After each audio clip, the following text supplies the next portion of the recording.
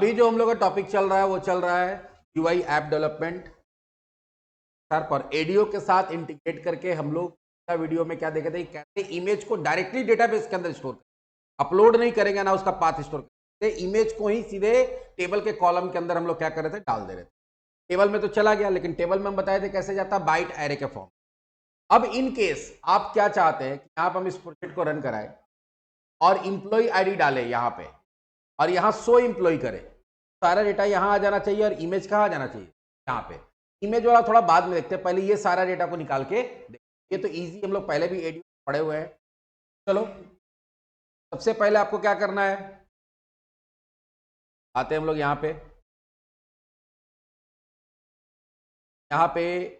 Course में चले जाते हैं। यहां पे जब सारा काम हो गया था तो लास्ट में हम लोग क्या करते हैं, कनेक्शन को क्लोज कर देते हैं, जो कनेक्शन का फिर आगे यूज। अब आते हैं यहां पे 100 इंप्लॉय पे क्लिक कर। 100 इंप्लॉय में क्या होना चाहिए, फिर से कनेक्शन एस्टैब्लिश करने का कोड वही रहेगा। उसके बाद अगला काम क्या होगा, अगला काम होगा कमांड बनाना। एसक्यूएल कमांड का कॉम बना हुआ ऊपर में equals to new. Same project को हम लोग कंटिन्यू कर रहे हैं जो पिछला वीडियो में यूज किए थे। और यहां क्या करेंगे, select asterisk from employee. Employee table है लेकिन सारा एम्प्लॉय का नहीं चाहिए, जो एम्प्लॉय आईडी डाला गया है, where emp id equals to @id। और ये किस कनेक्शन से रन होगा, कौन से रन आ गया। अब कमांड जब बन जाता है उसको रन कराते तो हम लोग क्योंकि डेटा निकाल रहे इसलिए क्या करेंगे, एग्जीक्यूट रीडर।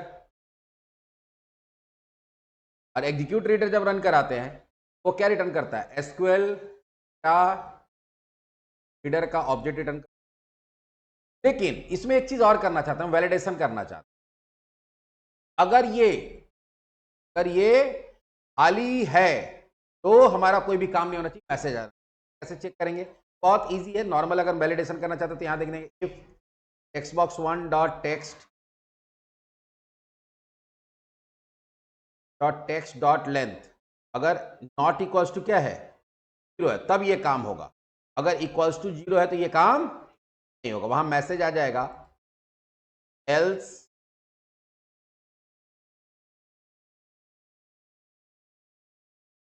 क्या दे देंगे, मैसेज बॉक्स डॉट शो। और यहां क्या देंगे, प्लीज एंटर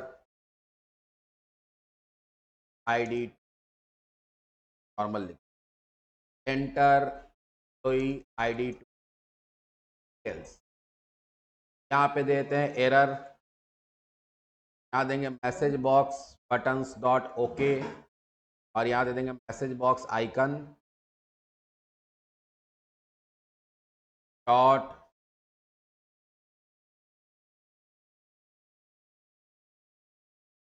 अगर डायरेक्टली कोई क्लिक करेगा तो आएगा ही नहीं। अब एक बार जब ये आ गया तो सारा डेटा को निकाल के दिखाना है, तो हम लोग क्या करेंगे, इफ एसडीआर डॉट रीड, क्योंकि एक ही रिकॉर्ड आ सकता है एम्प्लॉय आईडी के बेस, या तो आएगा या तो नहीं आएगा। अगर मान लो आया, पहला क्या करना, टेक्स्ट बॉक्स 1 में डेटा डालना। क्या क्या करेंगे, text box 1 dot text equals to SDR dot get string और यहां पे 0 डाल देंगे, रेडी आ जाएगा। पहला क्या है, एम्प्लॉय आईडी, सॉरी दूसरा एम्प्लॉय नेम है, टेक्स्ट बॉक्स 2 में जाना चाहिए, box 2 dot text equals to get string. तीसरा क्या, डेट ऑफ बर्थ है, तो वो है date time picker, date time 1 dot value, इसमें वैल्यू डालना होगा। और एसडीआर डॉट गेट डेट करना होगा, क्या देना होगा, गेट डेट टाइम। और यहां पे क्या पास कर देंगे, तो कॉलम नंबर है 2, हाँ इंप्लॉयड स्ट्रिंग 001।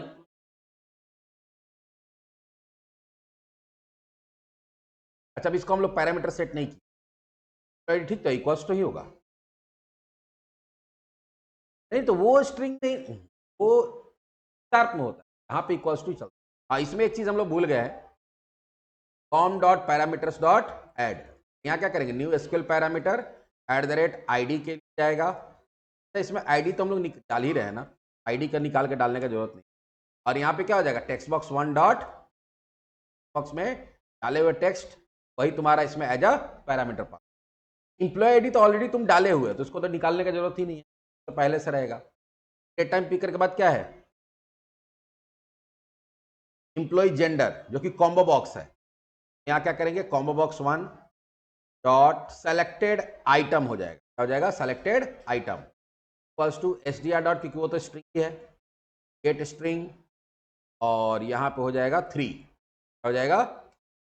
उसके बाद कॉम्बो बॉक्स के बाद अगला क्या है हमारे पास, दो टेक्स्ट बॉक्स है, टेक्स्ट बॉक्स 3 होगा, dot text equals to STR dot get string 4, text box 4 dot text equals to STR dot get string 5। Email ID mobile number सब हमारा वही है, इतना पहले देख लेते हैं। और अगर मान लो कि इनके एसटीआर डॉट रीड में क्या आता है, यहाँ पे कंडीशन फॉल्स है, फॉल्स कब आएगा, जब इंप्लॉय आईडी जो दी उसका कोई रिकॉर्ड नहीं मिलेगा।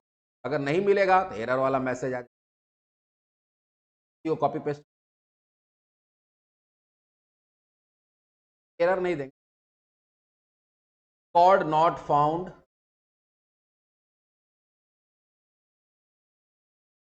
फॉर गिवन आईडी, ये मैसेज रहेगा, ये क्या रहेगा, मैसेज, तो मैसेज दे दिया, और यहां पे भी क्या रहेगा, इंफॉर्मेशन वाला आइकन जो है वो आ जाएगा। चलो देखते हैं, पहले अभी इमेज नहीं देख रहे हैं फिलहाल, बाकी डिटेल आ रहा है कि नहीं आ रहा वो देख रहे हैं। यहां डालते हैं 001 तो एम्प्लॉय आया, तो डेट डाला, देखो सब कुछ आ गया। 002 तो एम्प्लॉय आया, 003 तो एम्प्लॉय आया, 04 तो एम्प्लॉय, क्या बताया, रिकॉर्ड तो आ गया। अब यहां पे इमेज भी आ जाना चाहिए। ये इमेज कैसे आएगा, चलिए एक बार जब बाकी डेटा दिखा लिए, अब हम लोग को क्या दिखाना है, इमेज। इमेज दिखाने का बहुत सारा तरीका होता है। पहला तरीका जो है एकदम सिंपल तरीका, वो हम लोग बाइट एरे में इमेज को रीड करेंगे, फिर उसको इमेज में कन्वर्ट करके पिक्चर बॉक्स को देंगे। उसके लिए सबसे पहले आपको क्या करना पड़ता है, सबसे पहले आपको लेंथ निकालना पड़ता है। मेरा जो वहां से बाइट एरे बनाएंगे, तो एरे बनाएंगे तो एरे का साइज देना पड़ता है, तो हमको कितना साइज का एरे बनाना, कितना बाइट वहां से आ रहा है, तो उसके लिए एक जुगाड़ हम लोग यहां पे करेंगे। यहां पे लिखेंगे लेंथ, और यहां पे यूज करेंगे एसटीआर डॉट गेट बाइट्स नाम का फंक्शन होता है, गेट बाइट्स। ये करता क्या है, वो जो भी कॉलम बताएंगे उस कॉलम में जाएगा, वहां से डेटा रीड करेगा, और रीड करने के बाद वो रिटर्न करता है कितना बाइट रीड किया, नंबर ऑफ बाइट्स। तो नंबर ऑफ बाइट्स जितना रीड किया वो रिटर्न कर देगा, तो वही उसका लेंथ हो जाएगा। तो ये रिटर्न हमेशा क्या करता है, जितना बाइट रीड कर रहा है, जितना बाइट जहां से भी रीड कर रहा है उसका लेंथ, लेंथ हमको मिल जाएगा। यहां सबसे पहला पैरामीटर क्या लेता है, इस कॉलम से रीड करना। दूसरा, रीडिंग कहां शुरू करना, 0 से। रीड करके स्टोर कहां करना है, रीड करके स्टोर कहां करना है। तो स्टोर करने के लिए भी हम कोई एरे तो बनाए नहीं है, तो नल डाल देंगे, हमको अभी स्टोर करना ही नहीं, हम तो जुगाड़ से निकाल रहे हैं उसका, जब हम लोग काउंटिंग कर रहे हैं। उसके बाद अगर उसमें स्टोर करना शुरू करेगा तो कहां से शुरू करेगा, तो एरे होगा उसमें 0 से स्टोर करना शुरू करेगा, और कहां तक स्टोर करेगा, तो जो उसका लेंथ है, तो लेंथ के लिए हम लोग क्या कर देंगे, लेंथ के लिए यहां पे दे देंगे 0, भाई 0 0 करके दे दिए। ये सिर्फ जुगाड़ है कि हम लोग कितना बाइट आ रहा है उसका लेंथ निकल, एक बार जब लेंथ निकल जाएगा इसका यूज करके एक हम लोग क्या बना लेंगे, मान लो data first new byte h होगा, बना लिए। अब एरे बन गया, अब एरे बन गया और उसी साइज का एरे बना जितना बाइट वहां से आना है। अब हम लोग क्या करेंगे, फिर वही फंक्शन का यूज करके फाइनली इसमें क्या करेंगे, डेटा डालेंगे। इस बार देखो क्या करेंगे, एसडीआर डॉट गेट बाइट्स, यहां पे क्या करेंगे, कहां से निकालना है, नंबर कॉलम से निकालना है, मतलब है कहां से निकालना शुरू करना है, 0 से। कहां डालना है, डेटा में। कहां डालना है, डेटा में। डेटा के बाद कहां से शुरू करना है, डेटा में कहां से रखना शुरू करना, 0 से, और कहां तक रखना है, जो लेंथ है वहां तक। ये लेता आईएनटी में, लेंथ मेरे पास क्या है, बार बार गलती, लेंथ जो है वो तो मेरा लॉन्ग में है, लॉन्ग ये लेगा नहीं, देखो लेंथ देंगे तो एरर आ जाएगा, एरर आ रहा ना, बोला कि भैया ये तो आईएनटी लेता, आप लॉन्ग पास करते, कोई दिक्कत नहीं, उसको टाइप कास्ट कर देंगे, आईएनटी में चल। ये क्या करेगा, अब फाइनली डेटा में हमारे पास क्या हो जाएगा, बाइट के फॉर्म में डेटा आ जाएगा। लेकिन बाइट के फॉर्म में डेटा आ जाएगा तो बाइट को डायरेक्टली पिक्चर बॉक्स में नहीं दिखाया जा सकता, अब उसको कन्वर्ट करना पड़ेगा इमेज में। और इमेज में कन्वर्ट करने के लिए पहले उसको मेमोरी स्ट्रीम में कन्वर्ट करना पड़ेगा, रैम के अंदर उसको स्टोर करना पड़ेगा बाइट से, फिर ऑब्जेक्ट के फॉर्म में। ये सब अलग अलग थोड़ा सा आपको या तो याद कर लेना होगा या जो भी चीज हमको इमेज के लिए क्या क्या करना पड़ेगा। मेमोरी स्ट्रीम का MS equals to new memory stream, और इसमें पास कर देंगे डेटा। क्या पास कर दिए? डेटा। अब मेमोरी स्ट्रीम में जब डेटा आ गया, ये एक तरह का ऑब्जेक्ट होता है जिससे कि इमेज में वापस कन्वर्ट किया जा सकता है, तो इमेज में कन्वर्ट करेंगे। इमेज के लिए इमेज का ऑब्जेक्ट बनाएंगे, image equals to, image class के पास ही एक फंक्शन है, स्टैटिक फंक्शन फ्रॉम स्ट्रीम। बोले भैया स्ट्रीम से आएगा, कौन से स्ट्रीम से आएगा? तो इमेज से आएगा। अब मेरे पास इमेज आ गया फोटो के फॉर्म में, अब इसको कहां लगाना है? इमेज बॉक्स में। इसके लिए क्या था? Picture box 1 dot image equals to, क्या कर देंगे? ये इतना सारा कोड आपको हर इमेज के लिए लिखना पड़ेगा। बस यहां पे होगा क्या कि अगर 2-3 इमेज है, आपका खाली यहां पे कॉलम का नाम चेंज करना पड़ेगा, बाकी सब कुछ, बाकी ऑब्जेक्ट का नाम वगैरह चेंज कर सकते हैं या एक ही ऑब्जेक्ट को बार बार यूज कर। अब चलो देखते हैं रन करा के कि इमेज मेरा लोड होता है। 001 कोई इंप्लॉय आया जो इमेज डाले थे। 002 कोई इंप्लॉय, 003 कोई इंप्लॉय, 004 ये आ रहा, लेकिन ये पुराना वाला इंप्लॉय का डिटेल दिखा रहा। हम चाहते हैं कि वो सब क्लियर हो जाए, रीसेट हो। हम लोग पढ़े थे ना क्लियर रीसेट करने के लिए, यहाँ पे इंसर्ट करते समय ये वाला, बस इसी को क्या कर देंगे हम लोग। अगर मान लो कि रिकॉर्ड नहीं मिल रहा है, ठीक है, तो हम लोग क्या कर देंगे, रिकॉर्ड अगर नहीं मिल रहा है, रिकॉर्ड नॉट फाउंड, ये मैसेज देने के बाद पूरा का पूरा फील्ड्स को क्या कर देगा। तो पता चला कि आदमी सोच लेगा वही वाला उसका डिटेल है, पुराने वाले का ही। पहले E001 किए, वो कर दी। 005 करेंगे, जैसी नहीं मिलेगा पूरे को क्या कर दिया। ये सब छोटा छोटा चीज आपको देखना पड़ेगा। बाकी वैलिडेशन वगैरह भी यहाँ पे लगा सकते हैं। एक और डाल के देख लेते हैं डिटेल। 004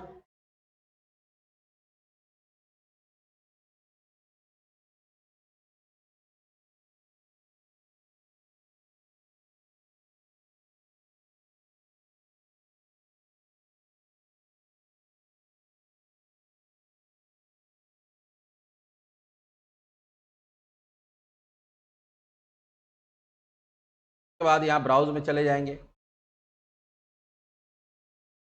यहाँ क्या करते हैं, ऐड इंप्लॉय, ऐड कर दिए, खाली हो गया। अब देखो E004 करके देखो,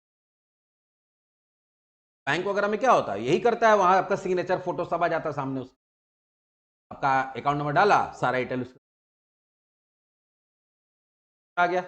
इमेज कैसे अपलोड करते हैं, इमेज कैसे देख सकते हैं, वो भी देख लिए। और ये सारा किससे किए? एडीओ से। अब हम लोग एडीओ का यूज करके ही पूरा का पूरा एक प्रोजेक्ट बनाएंगे। मान लो एक स्टूडेंट मैनेजमेंट आपको बना, यहाँ पे कोई स्कूल के लिए, या फिर मान लीजिए कि आपको कोई दुकान के लिए सेल्स मैनेजमेंट, वो पूरा का पूरा प्रोजेक्ट अब हम लोग विंडो एप्लीकेशन कैसे बनाएंगे। एमडीआई भी यूज, यूजर मैनेजमेंट भी यूज। यूजर मैनेजमेंट क्या करेंगे, सब मैनुअल करेंगे। हाँ, एक चीज और हमको बताना पड़ेगा, हम लोग यूजर मैनेजमेंट करेंगे, लॉगिन कराएंगे। लॉगिन जब कराएंगे तो आपको पासवर्ड स्टोर करना है, उसको रजिस्टर करना पड़ेगा। अब पासवर्ड जब स्टोर होगा तो पासवर्ड को हमको इनक्रिप्टेड फॉर्म में रखना है, ताकि कोई डेटाबेस में खोल भी ले डेटाबेस तो उसको पासवर्ड किसी का पता ना चले। उसके लिए क्या क्या करना होगा, चलो अगला वो भी एक टॉपिक है। ठीक है, देखो प्रोजेक्ट बनाने के लिए जो जो मिनिमम रिक्वायरमेंट चाहिए है, तो बहुत बड़ा टॉपिक एडीओ और बाकी चीज, तो बेसिक चीज चाहिए, वो बेसिक चीज हम लोग अभी देखते। अगला हम लोग देखते हैं कि कैसे हम लोग डेटाबेस में डेटा को इनक्रिप्ट पासवर्ड या किसी चीज, फिर उसको पासवर्ड को वैलिडेट करेंगे और पासवर्ड कहीं पे भी दिखेगा, चलो वो कैसे आगे आपके